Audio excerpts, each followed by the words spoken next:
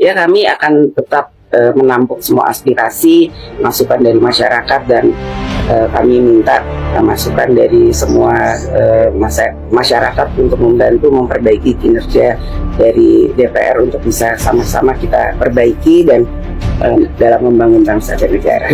Sekarang kalian mengatakan bahwa kita akan mendengarkan aspirasi dari masyarakat. Kita akan melaksanakan aspirasi dari masyarakat tanpa menjelaskan aspirasi apa yang kalian maksud, aspirasi apa yang kalian dengar dari masyarakat. Sudah terlalu banyak kata-kata kosong, janji-janji kosong yang dilemparkan kepada kita semua dan tidak ditepati.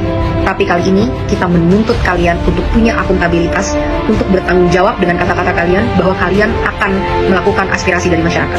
Bagaimana anggota parlemen yang berjumlah 580 orang dibayar dari pajak masyarakat itu tidak berhasil mendengarkan aspirasi masyarakat, sementara gerakan-gerakan di sosial media yang tidak dibayar oleh siapapun yang terjadi secara sukarela bisa mencapai pergerakan yang seperti ini.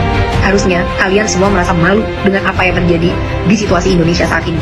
Akan kita perjelas apa tuntutan kita. Kita mau kalian bertanggung jawab dan bertingkah sesuai dengan apa yang kalian janjikan. Kali ini kalian tidak bisa lari dan tidak bisa berkilah lagi, karena aspirasinya sudah sangat jelas dari masyarakat. Pada sebelum 5 September pukul 23.59, ini adalah 12 hal yang kita tuntut dari kalian kalau memang kalian mau menunjukkan bahwa kalian masih berpihak kepada masyarakat. Pertama, sahkan rancangan undang-undang perampasan aset sekarang juga, sebelum 5 September tengah malam.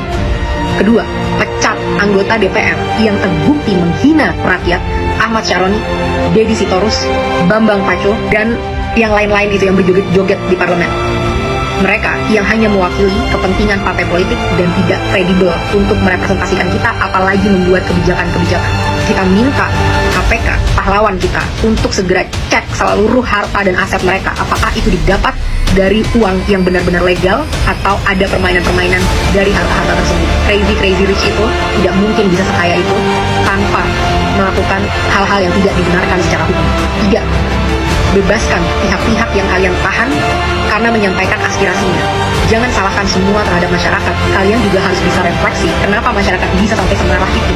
Karena kalian selama ini sudah benar-benar tuli dan mati empati terhadap aspirasi dari masyarakat. Saat kita mau mendatangi rumah kita sendiri yang kita bayar dan kita bangun dengan hasil keringat sendiri, kita dipertemukan dan dihajar dengan aparat-aparat dan segala peralatan yang dibeli dari hasil pajak rakyat. Bebaskan mereka semua. Mereka hanya mau melakukan aspirasi. 4.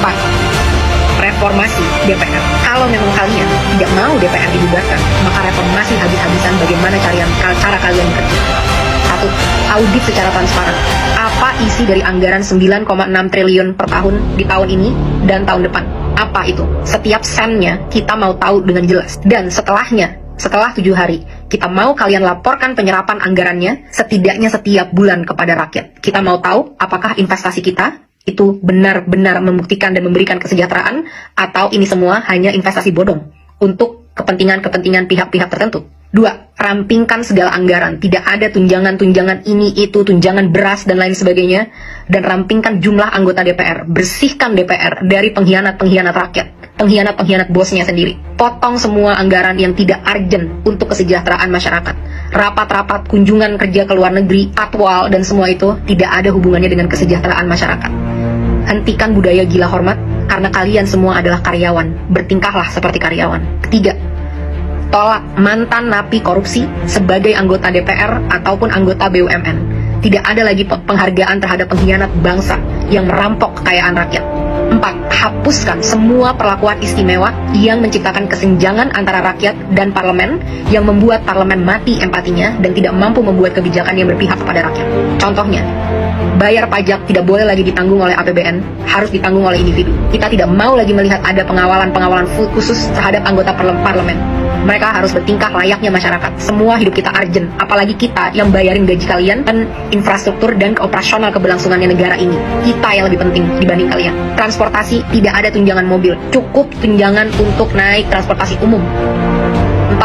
Hapuskan pensiunan seumur hidup bagi para anggota-anggota DPR yang masa kerjanya hanya 1 periode. Kita tidak mau lagi membayari mereka sampai akhir hayat kalau memang mereka tidak mau mengabdi dengan tulus pada masyarakat.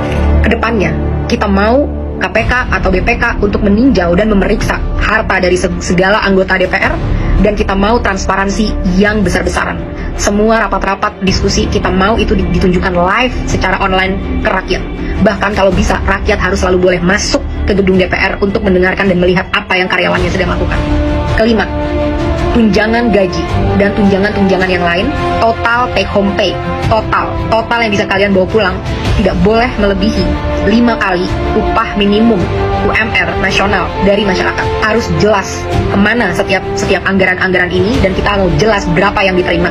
Tidak boleh lagi ada kesimpang siuran yang berkata ada yang menerima segini, segitu, dan lain sebagainya. Harus jelas berapa yang diterima sebagai take home pay, kita harus tahu itu. Keenam, tetapkan KPI, Key Performance Indicator, yang terukur bagi anggota DPR sebagai standar kinerja. Berapa RUU yang harus kalian sahkan, berapa RUU prioritas, dan lain sebagainya, harus dengan aturan yang jelas. Kedepannya, evaluasi dan pecat anggota-anggota yang tidak bisa bekerja dengan benar, yang tidak datang saat-saat rapat, yang tidak bisa menghasilkan RUU yang diminta oleh rakyat. Laporkan semua progress, achievement, challenges secara berkala kepada rakyat. Kita berhak tahu apa yang terjadi di dalam ruang DPR. 7. Audit secara menyeluruh terhadap BUMN untuk memastikan profitabilitas. Kalian bisa tahu apa yang kira-kira mau diambil untuk ini, tapi BUMN kita rugi puluhan triliun setiap tahun. Satu BUMN. Saat banyak BUMN-nya berapa ratus triliun yang dirugikan oleh BUMN ini. Benar-benar tidak capable dalam memanage usaha badan milik negara. Karena komisarisnya hanyalah untuk tukar-tukaran kursi, negosiasi, kekuasaan dari partai politik, tapi bukan diisi oleh orang-orang yang kredibel di bidangnya. 8. Batalkan rencana kenaikan pajak yang sudah sangat memberatkan masyarakat, termasuk rencana kenaikan BPJS kepada masyarakat. Berhenti mencekik dan memeras kita. Saatnya kalian bekerja. 9. Adili pembunuh pahlawan kita akan seberat-beratnya. Aparat harus tahu konsekuensi apabila mereka menggunakan power di jalan yang salah. Negara harus menanggung dampak dari semua ini, karena semua ini terjadi karena kegagalan kalian menanggung keluarga dari Afan. Lengserkan Kapolri. Kapolri telah gagal memberikan komando untuk melindungi masyarakat. 10. Berikan standar gaji yang layak terhadap pahlawan bangsa kita, guru-guru di Indonesia, termasuk juga nakes-nakes di Indonesia. 11. Reformasi kinerja kepolisian habis-habisan. Mereka harus profesional, berpihak dan berempati kepada rakyat, punya kemampuan emosi yang baik, sehingga tidak menyalahgunakan senjata sebesar itu yang mereka punya. Mereka di sini untuk melindungi rakyat, bukan untuk membela kepentingan penguasa.